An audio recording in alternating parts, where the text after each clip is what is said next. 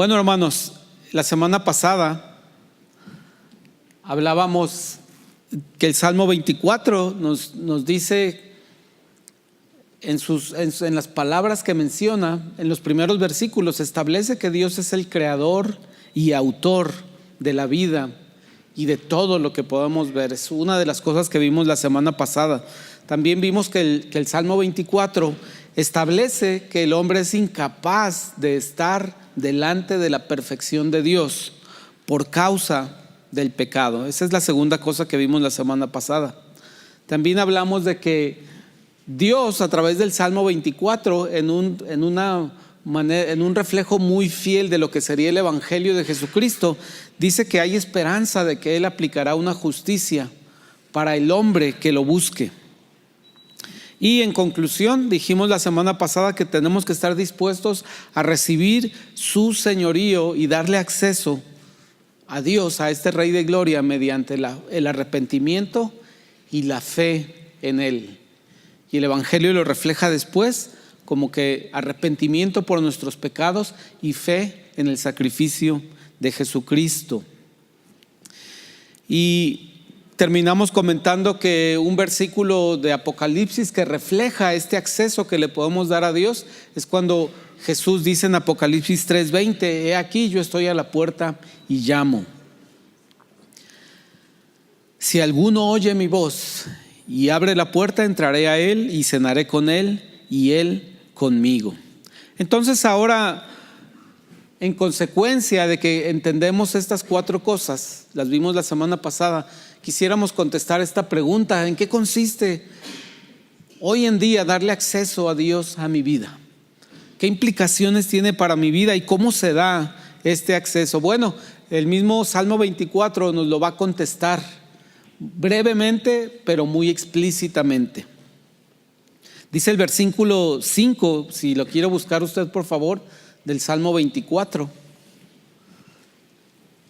El versículo 5 dice que cuando le damos acceso a Dios a nuestra vida, dice que Él, el que le da acceso, recibirá bendición de Jehová. Y yo quiero que pienses en este momento, que hagas memoria, ¿cuáles son los canales que Dios utiliza para enviar bendición a tu vida? ¿Qué formas utiliza Dios, o qué personas, o qué momentos, o qué eventos utiliza Dios para traer bendición a tu vida? Yo no te voy a decir cuáles son, quiero que pienses cuáles son los canales que Dios usa para traer bendición a tu vida. Solamente te voy a hacer una pregunta en relación a este punto. ¿Estás aprovechando el canal principal de bendición que utiliza Dios hoy en día? ¿Estás aprovechando y participando del principal canal de bendición que utiliza Dios para tener acceso a tu vida? La respuesta es si estás aprovechando el cuerpo de Cristo para darle acceso a Dios a tu vida. Y no hay un pasaje en el Nuevo Testamento que describa mejor esta bendición que el cuerpo de Cristo, que la iglesia le da al creyente, que Efesios 4:16. Búscalo por favor. Búscalo. Si lo estás buscando en una versión electrónica, resáltalo. Si lo estás buscando en tu Biblia y te gusta subrayar la Biblia o hacer notas al margen, utilízalo y escribe: la iglesia es el cuerpo de Cristo, es el principal canal de bendición de Dios para mi vida.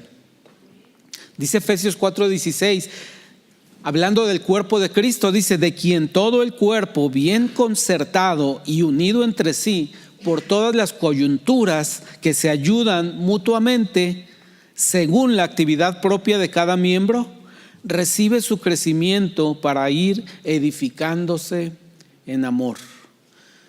Dios quiere tener acceso a tu vida, y la vida en iglesia, la convivencia con el cuerpo de Cristo, te permite que tengas este crecimiento para ir edificándote en amor y en unidad.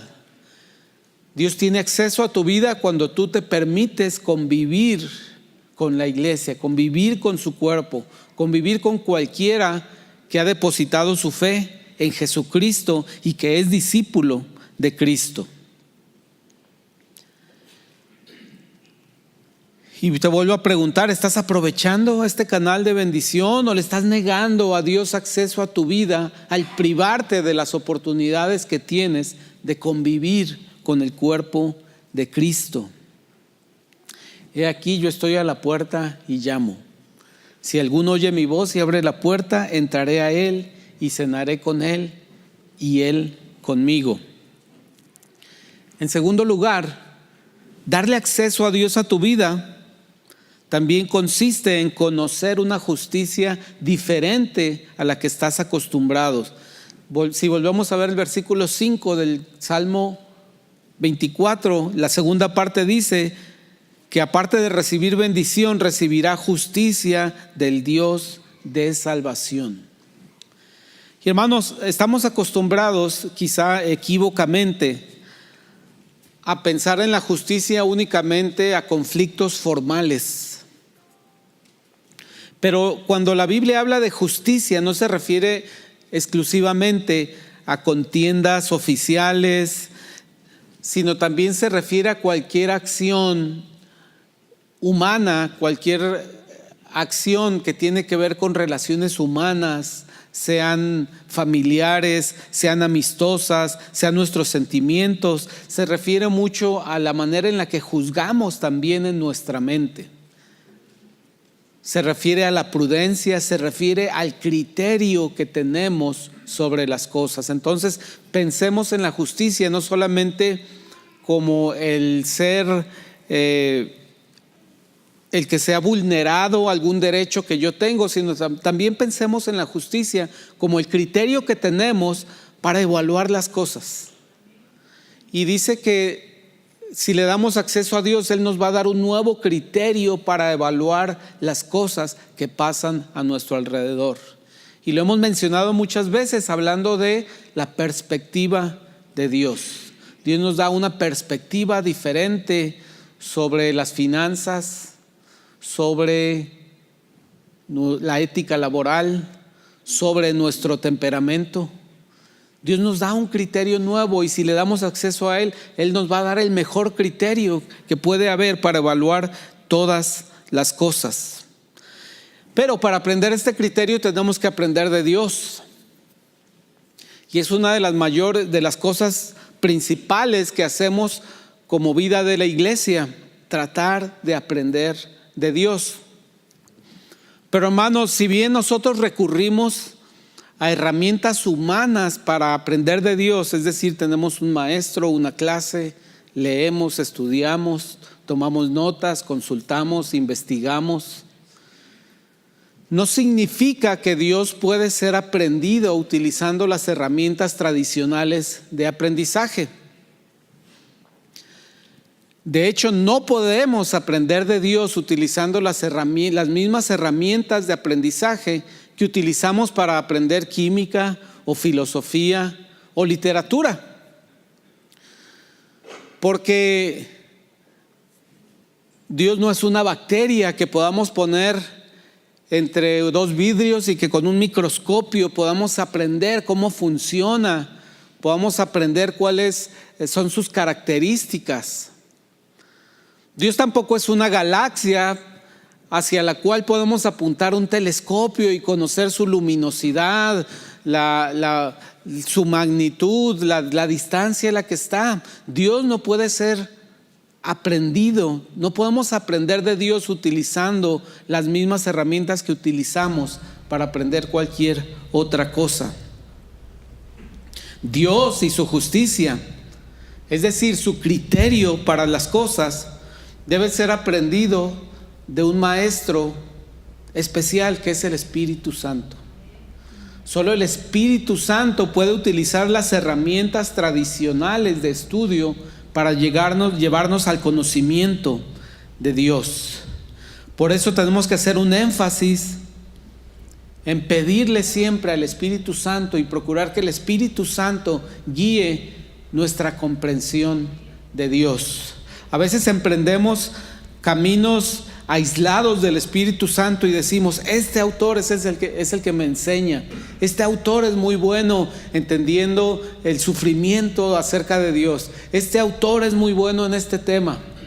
Pero el autor principal es el Espíritu Santo, que nos puede enseñar con sencillez y nos puede enseñar algo muy valioso a través del hermano Roque, que extrañamos que no está aquí, ¿verdad? Pero aprovechando que no está aquí lo menciono.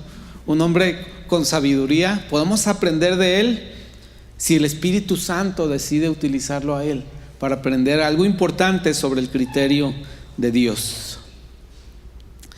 Y aquí yo estoy a la puerta y llamo. Si alguno oye mi voz y abre la puerta, entraré a él y cenaré con él y él conmigo. ¿En qué consiste el acceso? Tercer punto. ¿En qué consiste el acceso que Dios puede tener a mi vida si yo, como puerta eterna, abro mis puertas, me abro y le permito que este Rey de Gloria entre? Bueno, el versículo 8 dice: ¿quién es este Rey de Gloria? Y lo describe como Jehová el fuerte y valiente, Jehová el poderoso en batalla. Es decir, que si le permitimos acceso a Dios, Él va a venir a vivir con nosotros y nos va a dar un sentido de fortaleza, valentía y poder en las batallas que podamos librar. Es decir, que le estamos dando acceso a alguien que puede pelear nuestras batallas. Yo te preguntaría, hermano, ¿confías realmente en Dios para tu protección? ¿Confías que Él te va a guiar por el camino más seguro? ¿O que si no te guía por el camino más seguro, Él le va a dar seguridad a ese camino que aparentemente no es seguro? ¿O será que hace frío y ya no sales? ¿O será que se escucharon balazos y ya no sales? ¿O continuamente estás esquivando situaciones de riesgo? ¿O le has dado a Dios acceso a tu vida para que puedas confiar en Él como el que te protege, como el que te da seguridad, como el que es poderoso en batalla? Yo sé de dos familias que han reconocido que Dios es su protector y acabamos de orar por ellas, ¿verdad? Por los Tigre y por los Hernández, ¿verdad? Ellos están en una situación que desde nuestro punto de vista es muy vulnerable desde el punto de vista de salud, desde el punto de vista de seguridad de su persona, desde el punto de vista de la seguridad de sus hijos, altamente vulnerables. Pero ellos han reconocido que Dios es fuerte y valiente y es poderoso en batalla. Dios quiere tener acceso a tu vida para darte protección a tu vida, para darle principalmente protección eterna a tu alma, que es lo más valioso que tú tienes. Si hacemos un resumen de estas tres, hermanos, de estas tres aplicaciones que el mismo Salmo 24 nos dice para darle acceso a Dios a nuestra vida, pudiéramos decir que darle acceso a Dios a mi vida significa que puedo entender su actitud misericordiosa para conmigo, y que puedo entender que esa actitud misericordiosa se manifiesta con gracia inmerecida y se manifiesta con fidelidad. Dios quiere tener acceso para mostrarnos su misericordia, su gracia, y demostrarnos que Él muestra esas dos cosas con fidelidad continua y eterna. He aquí, yo estoy a la puerta y llamo. Si alguno oye mi voz y abre la puerta, entraré a él y cenaré con él y él conmigo. Entonces, tal vez ahora tenemos una mejor idea de qué significa darle a Dios acceso a mi vida. Significa que le doy acceso a la convivencia con Dios, principalmente a través de su cuerpo.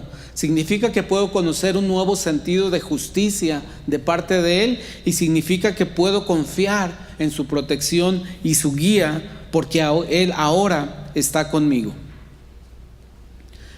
Ahora quisiera en estos últimos 10 minutos, hermanos, gracias por el agua,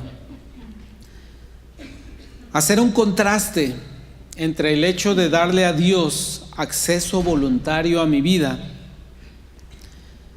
y el contraste con la realidad de que Dios es un Dios soberano, que Él puede hacer con mi vida lo que Él quiere en su soberanía. Es decir, que hay un contraste entre este llamado que hace David en este Salmo 24. Hace un llamado melodioso, hace una invitación poética. Oh puertas eternas, vuestra cabeza alzad y el Rey de Gloria entrará. Es una invitación melodiosa y poética, hermosa sin duda, que el Señor nos hace para permitirle entrar.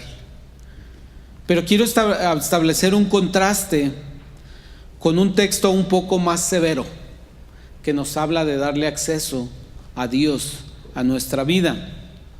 Y para eso quiero usar un pasaje en la que se habla de un personaje ajeno al relato bíblico principal, ajeno a la cultura del pueblo de Dios, ajeno a las tradiciones del pueblo de Dios. Estamos hablando del rey Ciro, rey de Persia, que tuvo una vida increíble.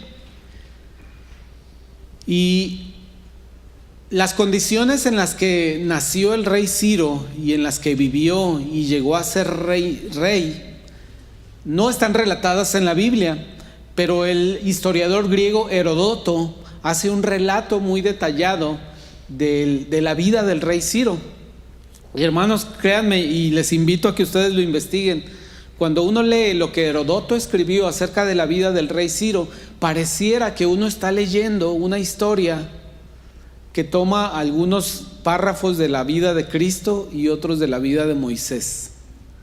La historia del rey Ciro, de su persona, cuando fue bebé, cuando creció, pareciera que estamos tomando partes de la vida de Jesús y partes de la vida de Moisés. Es decir, es muy interesante lo que hizo Dios con este personaje, con Ciro, y cómo después, a través del profeta Isaías, 150 años antes de que nazca el rey Ciro, hace profecías sobre su nombre, sobre su profesión y sobre lo que iba a hacer para Dios. Y eso es lo que dice el Salmo Isaías capítulo 45. Me gustaría que lo buscaran en sus Biblias. Vamos a leer los versículos del 1 al 5. Y con estos 5 versículos vamos a hacer un contraste entre la invitación que hace David del que le demos acceso al Rey de Gloria. Vamos a ver que aquí hay algo diferente que refleja el mismo Dios, pero actuando soberanamente. Dice Isaías 45:1: así dice Jehová a su ungido, a Ciro, al cual tomé yo por su mano derecha para sujetar naciones delante de él y desatar lomos de reyes, para abrir delante de él puertas, y las puertas no se cerrarán. Yo iré delante de ti y enderezaré los lugares torcidos, quebrantaré puertas de bronce y cerrojos de hierro haré pedazos. Y te daré los tesoros escondidos y los secretos muy guardados, para que sepas que yo soy Jehová, el Dios de Israel, que te pongo nombre. Por amor de mi siervo Jacob y de Israel mi escogido, te llamé por tu nombre, te puse sobrenombre, aunque no me conociste. Yo soy Jehová y ninguno más hay. No hay Dios fuera de mí. Yo te ceñiré, aunque tú no me conociste. Mire lo que Dios le promete a Ciro, lo que no le prometió a muchos profetas, lo que no le prometió a muchos reyes, lo que no le prometió a muchos del linaje de Jesús. Le dice: yo te tomaré con mi mano derecha. Le promete que lo va a guiar por su mano derecha a este rey pagano para sujetar naciones. Dice que para desvestir reyes, para azotarlos, para abrir delante de él puertas que no se cerrarán, para quebrantar puertas de bronce y cerrojos de hierro, hacer pedazos. Recordaremos que no fue Ciro quien conquistó Jerusalén. Fueron reyes anteriores. Estos ya han pasado aquí más de 70 años de cautiverio, cuando Ciro llega a ser rey. No está mencionando Dios que va a utilizar a Ciro para castigar a Israel, pero sí que a él le va a dar la capacidad de abrir puertas, de quitarle a reyes su ropaje real para azotarlos, para tomar sus reinos, para tomar ciudades. Y Ciro tomó la ciudad de Babilonia. Ciro, no sé si Raúl recuerde el dato, más o menos cuánto duró el asedio a la ciudad de Jerusalén, del cual nos relataste hace 2 semanas. En tiempo no, pero estamos hablando para que ocurrieran las cosas que nos relató Raúl, estamos hablando de meses. Duró meses el asedio de una ciudad pequeña que es Jerusalén. Es pequeña esa ciudad. Por el contraste, Babilonia era otra cosa, completamente diferente.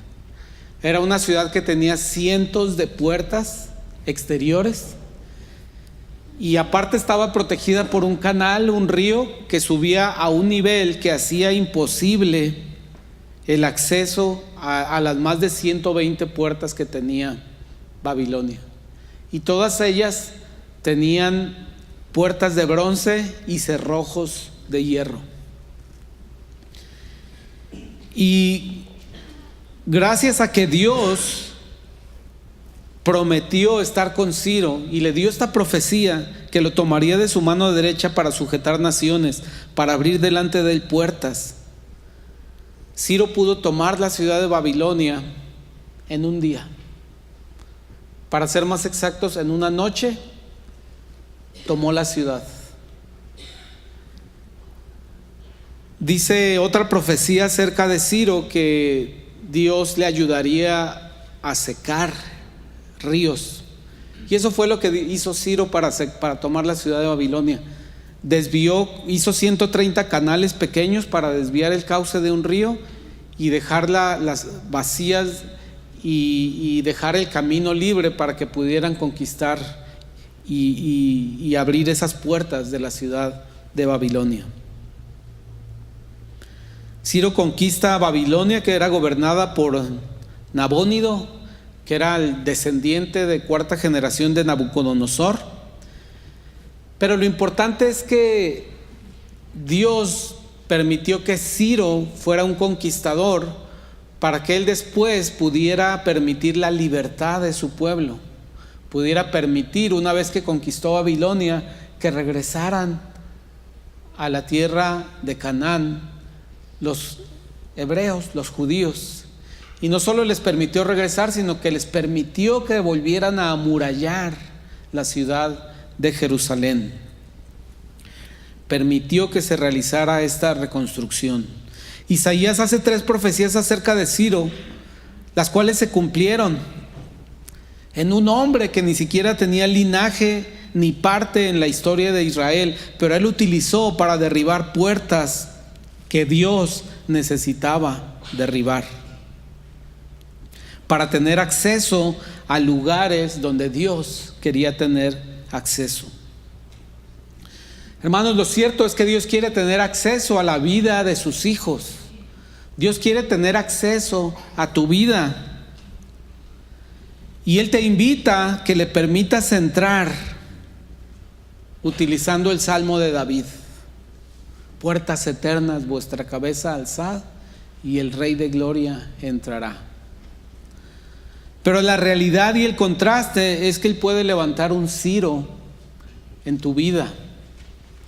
Y si tu vida está cerrada como la ciudad de Babilonia, Dios levantará un Ciro para abrir esas puertas y tener acceso a tu vida.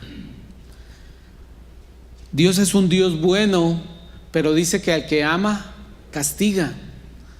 Si yo le niego acceso al Dios soberano, al Dios creador, probablemente Él no haga nada, pero probablemente Él utilice algún medio para tener acceso a mi vida. En el caso de los habitantes de Babilonia fue que su ciudad fue tomada, sus puertas quebrantadas, y su reinado se terminó en esa misma noche. ¿Quieres aceptar la invitación que hace Dios por medio del Salmo 24, por medio de la boca de David? ¿O prefieres enfrentar al Dios que dice en el pasaje que leímos de Isaías: yo creo calamidad? Y mire, yo ahí hice un cambio porque la versión Reina Valera dice: yo creo adversidad. Tal vez lo notó. Pero otras versiones dicen: yo creo calamidad. Y sabe que a Dios no le importa crear calamidad en nuestra vida, en esta vida, porque Él sabe que vamos a estar con Él en la eternidad. Para Dios no es conflicto crear calamidad en nuestra vida. Sabe que el resultado va a ser el mismo, porque la obra de salvación de su Hijo es perfecta y es eterna. Así que no le preocupa producir un poco de calamidad en nuestra vida, si esto es necesario para que le demos acceso a Él y escuchemos su voz y aprendamos de Él. He aquí, yo estoy a la puerta y llamo. Si alguno oye mi voz y abre la puerta, entraré a Él y cenaré con Él y Él conmigo. Hace 3 semanas el pastor Max nos hizo una invitación y un reto. Nos explicó que la palabra dice que Dios nos diseñó para crecer. Y una manera de crecer es darle acceso a nuestra vida para que Él manifieste su vida dentro de nuestra vida. Y esa es una manera de crecer. Yo te animo, hermano, a que aceptes esta invitación de parte del Señor, a darle acceso a Él, a utilizar el canal principal de bendición que Dios tiene, por el cual puede tener acceso a ti, que es la iglesia, que es la convivencia con los santos, a que le permitas a Él darte un nuevo criterio para las cosas estudiando su palabra, y a que confíes en Él como un Dios de seguridad, como un Dios protector, como un Dios que pelea tus batallas y que nos pueda dar la fe para creer en estas cosas. Oremos.